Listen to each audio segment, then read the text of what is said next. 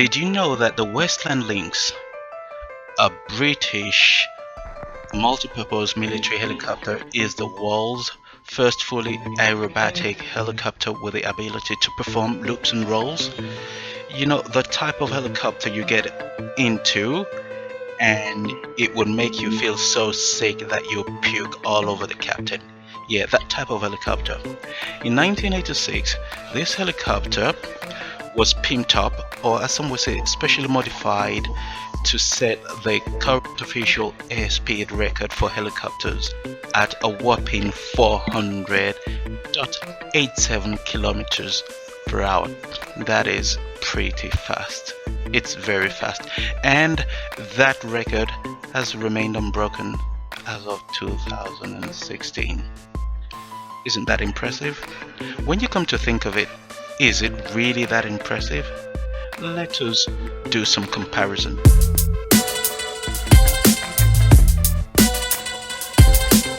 Okay, we've seen that the helicopter can go as fast as 400 kilometers per hour. Now, that is fast for an helicopter, but when compared to planes, it's just rather slow. Take for example, the Boeing 747 can reach a cruising speed of up to 570 miles per hour. That is about 920 kilometers per hour, and that is twice as much as an helicopter would go. That is impressive. And by the way, the Boeing 747 is still the fastest passenger plane in the world as of today.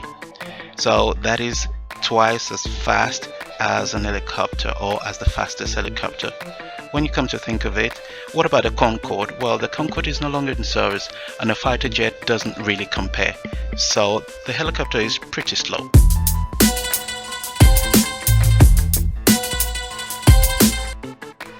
So the question is, why don't they just make helicopters go faster to compete with planes? The market is quite big, and it would probably be very good for passengers, where the helicopter could just land in your garden, you jump on and off you go, so you don't have to go through the strip search that often happens at the airport. Anyway, that's a different situation, but the fact is they have tried to make helicopters go faster, but that is not going to happen anytime soon. Without going into the physics of why there is a physical limitation, just imagine the following situation. You have the rotor blade that would would spin forward, try to lift the helicopter. On its way back, it would do no lifting, or wouldn't even bother to lift the helicopter. So you have these two competing blades trying to lift on one side and not lifting on the other side, and you can't really have that. So what they've done was that the engineers decided to tilt the rotor blade slightly, so that on the way forward it lifts, but it doesn't lift aggressively, and on the way back, as it swings back, it is a bit more reactive, and it would try to generate a bit of lift as well. So in that way, the engineers were able to balance the lift, and problem solved, right?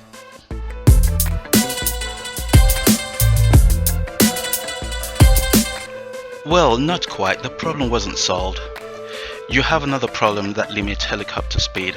That is called flapping and vibration. Imagine a bird trying too hard to flap its wing just because it feels the need for speed and wants to fly and go faster. That can cause, in a helicopter, rotor blade problems, and it could actually break with the tension. And you can imagine the scream of the passengers as the helicopter nosedive into oblivion. So that is another problem that limits helicopters, why they could not make them go faster. You could only spin so fast before things actually go crazy.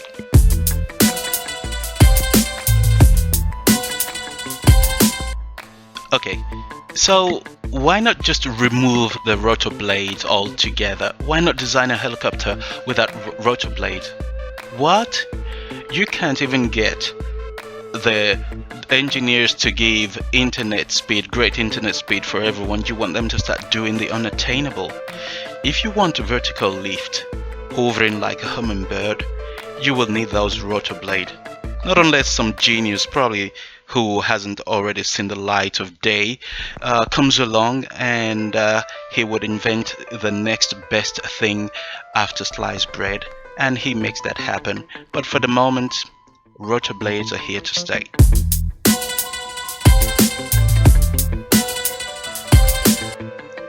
Just something that is quite interesting. Did you know that a ruby-throated hummingbird can beat its wing 52 times a second?